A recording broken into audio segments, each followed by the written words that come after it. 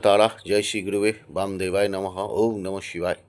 আজকে যে ক্রিয়াটা আপনাদের দেয়া হবে সেই ক্রিয়াটার হচ্ছে অর্থপ্রাপ্তির জন্য 30শে এপ্রিল বুধবার করতে পারেন লক্ষ্মী গণেশের সামনে।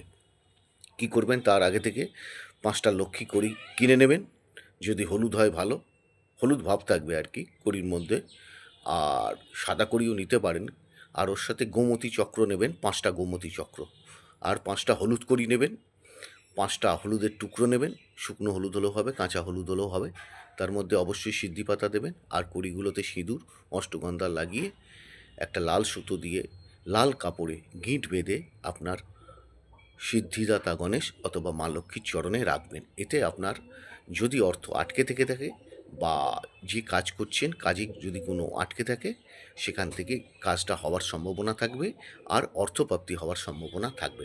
অবশ্যই কামনাটা করবেন, এবং যদি সম্ভব হয় গণেশের মন্ত্র, লক্ষ্মীর মন্ত্র জপ করতে পারেন।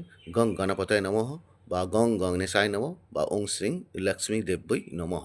आपको क्या करना पड़ेगा, 5टा हलूद का कड़ी बाज़ार से लेना होगा, 5टा गोमती चक्र लेना होगा, और 5टा हलूद का टुकड़ो, और मध्य आपको सिद्धि पत्र देना पड़ेगा। लाल सुतोय, लाल मौली सुतो बांध कर आपको लक्ष्मी और गणेश के चरण में रखना पड़ेगा, और सिंह मंत्र जप करना।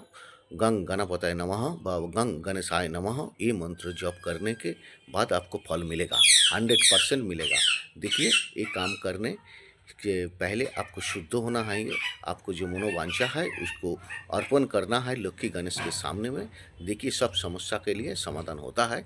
ज़्यादा समस्या यदि है तो आप कांटेक्ट कर सकते हैं। भाला तक।